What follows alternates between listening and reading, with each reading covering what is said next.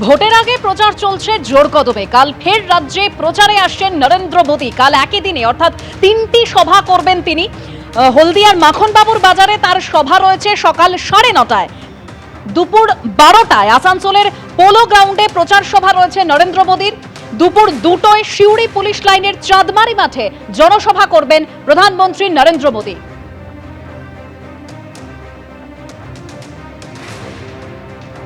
সকাল 9:30টায় আগামীকাল হলদিয়ার মাখনবাবুর বাজারে জনসভা করতে চলেছেন নরেন্দ্র মোদী। তারই পাশাপাশি দুপুর 12টায় আসানসোলের পোলো গ্রাউন্ডে প্রচার সভা করবেন, সেই ছবি আপনারা দেখতে পাচ্ছেন। দুপুর 2টোয় সিউড়ি পুলিশ লাইনের চাঁদমারি মাঠে জনসভা করবেন প্রধানমন্ত্রী। আগামীকাল হলদিয়ার এই হেলিপ্যাড ময়দানে সভা করবেন প্রধানমন্ত্রী নরেন্দ্র মোদী। কার্যত তার আগে কিন্তু সাজো সাজো রব আমরা দেখতেই পাচ্ছি, একেবারে শেষ মুহূর্তে প্রস্তুতি চলছে। আমরা দেখতেই পাচ্ছি যে মঞ্চ তৈরি করা হয়েছে, সেখানেই কিন্তু আগামীকাল নরেন্দ্র মোদী আসবেন এবং তিনি তার বক্তব্য রাখবেন।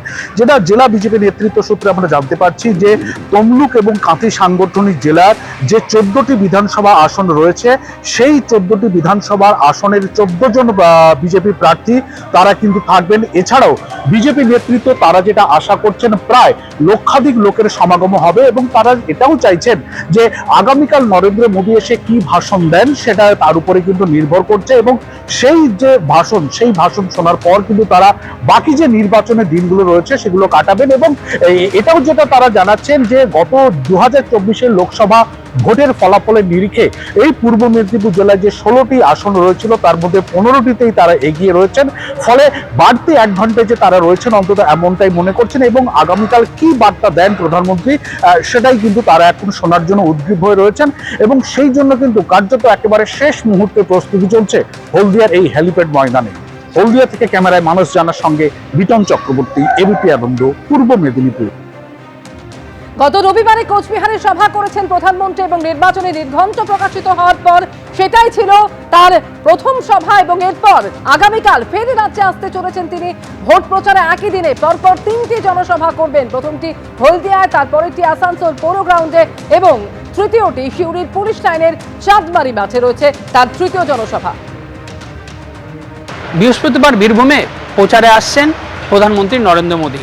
এই মুহূর্তে আমরা দাঁড়িয়ে রয়েছি সিউড়ির চাঁদমারি মাঠে এবং আমরা দেখতে পাচ্ছি যে স্টেজ তৈরি কাজ চলছে, প্যান্ডেল প্রায় কমপ্লিট।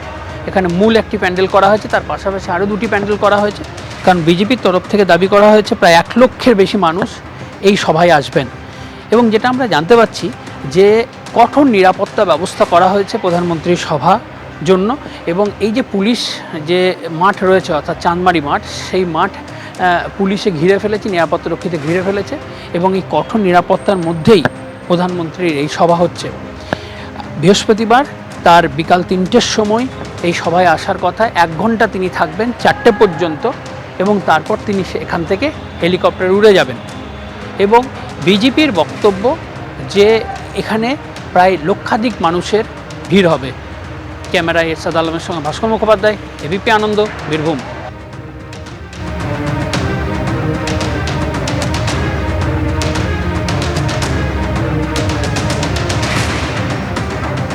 বৃহস্পতিবার দুপুরে আসানসোলের প্রাণকেন্দ্র এই পোলো গ্রাউন্ডে সভা করতে আসছেন দেশের প্রধানমন্ত্রী নরেন্দ্র মোদী। এই মুহূর্তে প্রদীপ দেখাচ্ছে যে যুদ্ধকালীন তৎপরতায় শেষ মুহূর্তের কাজ চলছে এবং যাতে কোনো রকমের কোনো ত্রুটি না থাকে তার জন্য পুরো নিরাপত্তার চাদরে মুড়ে ফেলে দেওয়া হয়েছে গোটা আসানসোল শহরকে। এবং একটি বিশেষ তাৎপর্য রইল এই সভার, যে ঠিক এই যেখানে সভাস্থল করা হয়েছে ঠিক তার পাশেই, অর্থাৎ আমি যেখানে দাঁড়িয়ে তার বাম দিকে, এই অন্ধকারে বোঝা যাচ্ছে না জায়গাটা, সেখানেই তৈরি করা হয়েছিল হেলিপ্যাড। কিন্তু শেষ মুহূর্তে এয়ারফোর্সের যারা আধিকারিক তারা এসে পরে সেই জায়গাটিকে নাকচ করে দেন, বাতিল করে দেন এবং তাদের স্পষ্ট দাবি ওখানে কিন্তু নামানোর একটা ল্যান্ড করার একটা ঝুঁকি রয়ে গেছে। তাই এখান থেকে প্রায় 3 কিলোমিটার দূরে লোকো গ্রাউন্ড বলে একটা জায়গা রয়েছে, সেখানেই শেষ মুহূর্তে তৈরি হতে চলেছে হেলিপ্যাড। সেখানেই প্রধানমন্ত্রীর চপার নামার কথা এবং সেখান থেকে রাস্তা ধরে তিনি বাই রোড এখানে এসে পৌঁছাবেন এবং সভাকে সম্বোধিত করবেন। ক্যামেরায় প্রদীপ রায়ের সাথে কৌশিক গাতাই, এবিপি আনন্দ, আসানসোল। ভোটের মুখে হলদিয়ায় বিজেপি কর্মী রহস্য মৃত্যু। হলদি নদীর ধার থেকে তার দেহ উদ্ধার হয়েছে বলে জানা যাচ্ছে। আমি আরো বিস্তারিত এই নিয়ে জানবো, সরাসরি কথা বলবো। বিটন চক্রবর্তী আমাদের প্রতিনিধি রয়েছেন। বিটন, কি জানতে পারছো? এই বিজেপি কর্মীর মৃত্যু হলো কিভাবে? দেখো, পরিবারের থেকে যেটা অভিযোগ করে বলা হয়েছে যে গতকাল বিকেল থেকে কিন্তু তিনি নিখোঁজ ছিলেন, মহাদেব বিশ্বাস যার নাম, এবং আজকে দুপুরবেলা তিনি যখন এই হলদি নদীর ধারে তিনি যখন ঘাস কাটতে আসেন তখনই দেখতে পান যে তার দেহটি সেখানে পড়ে রয়েছে এবং পরিবারের দাবি তার দেহে একাধিক আঘাতের চিহ্ন রয়েছে এবং স্থানীয় বিজেপি নেতৃত্ব তারা দাবি করছেন যে এই তাকে খুন করা হয়েছে এবং এই খুনের পেছনে তৃণমূল কংগ্রেসের আশ্রিত দুষ্কৃতীরা রয়েছে। যদিও তৃণমূল কংগ্রেসের তরফ থেকে কিন্তু সেই অভিযোগ অস্বীকার করা হয়েছে এবং তাদের বক্তব্য যে কি কারণে মৃত্যু হয়েছে সেটা ময়নাতদন্ত রিপোর্ট হাতে এলেই বোঝা যাবে। পুলিশ কিন্তু ইতিমধ্যেই দেহ উদ্ধার করে নিয়ে গেছে এবং ময়নাতদন্তের জন্য পাঠিয়েছে। স্বাভাবিকভাবে এই দেহ উদ্ধারকে ঘিরেই কিন্তু শুরু হয়েছে চাঞ্চল্য। শুভ্রজিৎ, ধন্যবাদ বিটন। আমি নৌকা দেখতে গেছে, মানে টাউনশিপে আমাকে নৌকা থাকে, মানে মেঘলাই আছে, দেখ গেছে উপরে তুলাই আছে নৌকা। এই তো এসে আমি তো ঘাস কাটতে এসে দেখি মারা হয়ে পড়ে আছে। কি হয়তো খুন করেছে মানুষ, তাছাড়া আর কি। আপনার স্বামী কি কোনো পার্টি করতেন? পার্টি অত কোনো জায়গায় যায়নি, এইবার গেছে, নাহলে কোনোবার যায়নি। সে বিজেপিতে গেছে এবারটা। তাই কি যেন শাস্তি হয়, জানো, তাই কি যেন শাস্তি হয়। তার তো এখানে কেউ নেই তো। তার আমার নাম মিতালি বিশ্বাস। এই মহাদেব বিশ্বাস আমাদের বিজেপি সক্রিয় কর্মী।